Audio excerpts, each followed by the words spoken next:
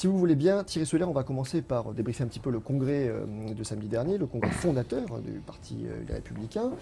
Alors, ce qu'on retiendra, entre autres choses, c'est que Fillon a été hué, que Juppé a été sifflé, que celui-ci a notamment ce week-end assuré que lui avait l'opinion, contrairement à Nicolas Sarkozy, que le maire a lui appelé au renouveau, au renouvellement des visages notamment, que NKM commence à s'affranchir. Franchement, Thierry Solaire, ce que les Républicains, c'est le rassemblement en façade et finalement les divisions qui perdurent. Bon, écoutez, on a perdu la présidentielle en 2012 et pendant 2 ans, on a connu une période difficile. Et moi, ensuite, au lendemain de ça, il y a maintenant, en décembre dernier, une nouvelle élection à la tête du parti. Et moi, je donne crédit à Nicolas Sarkozy d'avoir permis d'avoir un parti en ordre de marche. Alors après, il y a des ambitions individuelles en politique. Eh ben, elles seront traitées le moment venu par la primaire. Et c'est ça la grande nouveauté. Certains peuvent s'offusquer qu'il y ait quelques sifflets. Écoutez, moi, j'étais à la tribune ce jour-là. Je n'ai pas été impressionné par les sifflets. Il y en a eu quelques-uns 2 secondes. Et je trouve qu'on a eu globalement un très bon congrès où on a pu voir une famille qui était tous là, La toute fête n'a pas été rassemblée. gâchée par... Non, je vois bien après, les médias, le système médiatique fait qu'on retient uniquement ce sujet-là. Moi, j'ai assisté à un congrès où l'ensemble de la famille politique était rassemblée, où tout le monde était là. Moi, j'ai assisté à toutes les grandes réunions politiques de l'UMP. C'est la première fois que François Fillon se fait huer.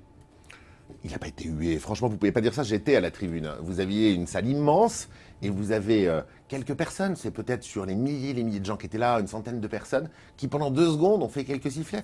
Je le regrette. Tout le monde ne peut que le regretter. Parce que, et je vois, quelle est l'origine de ces sifflets?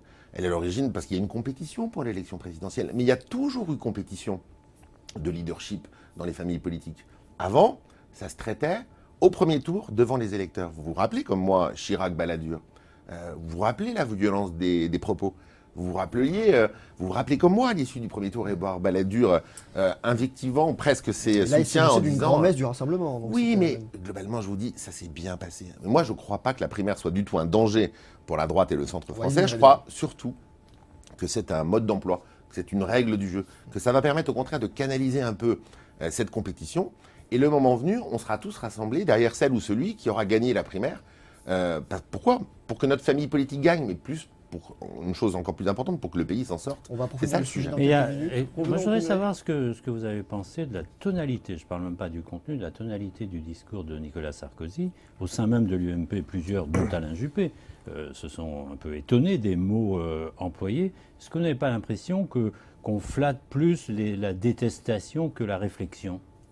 Moi, je me garderais, chargé de l'organisation de la primaire, de donner des bons points ou des mauvais points aux uns et aux autres.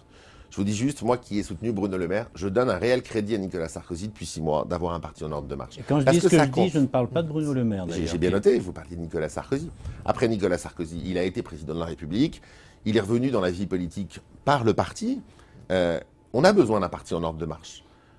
Après, le moment venu, ce n'est pas le parti qui choisira le candidat. Et c'est ça la grande nouveauté à droite. Tout le monde se focalise à l'occasion de ce congrès sur le changement de nom et sur 3-4 sifflets. Au fond, le vrai changement à droite, c'est quoi? C'est qu'avant, c'était le bureau politique, où c'était les militants qui entérinaient le choix du candidat. Non, c'est fini. On s'est converti à cette primaire ouverte. En novembre 2016, ce seront l'ensemble des Français qui nous écoutent, qui se reconnaissent dans les valeurs de la droite et du centre, et qui souhaitent l'alternance à la politique menée par la gauche, qui viendront choisir leur champion pour l'élection présidentielle. Et ça change tout. Alors bien sûr qu'il y a une compétition. Et bien sûr que quand vous avez une compétition, vous avez une partie des soutiens qui sont les plus galvanisés, qui peuvent siffler un peu. Parmi les candidats plus ou moins déclarés, certains dénoncent une forme de vocabulaire excessif. C'est vrai qu'on peut peut-être, pour ne pas nommer Alain Juppé visant Nicolas Sarkozy, on peut commencer à se dire que certains vont adopter une forme de langage différente d'autres candidats. Bruno Le Maire a décidé depuis quelques mois de ne pas attaquer les personnes. Est-ce que vous regrettez, vous, que à ce niveau comment dire, du débat politique, certains attaquent régulièrement des hauts responsables du gouvernement, pour ne pas citer le président de la République, par des termes un petit peu moi, encore une fois, je vous reconfirme que je ne vais pas donner des bons points et des mauvais points aux uns aux autres. Je vais vous dire vous ce avez que donné je un fais bon point moi. à Sarkozy pour avoir remis le Mais je vais éviter les mauvais points dans ma propre famille. Ce que je vais vous dire, c'est que moi, en tant que parlementaire depuis 3 ans, je n'attaque jamais les personnes, parce que ce n'est pas le sujet. Le sujet, c'est la politique de fond.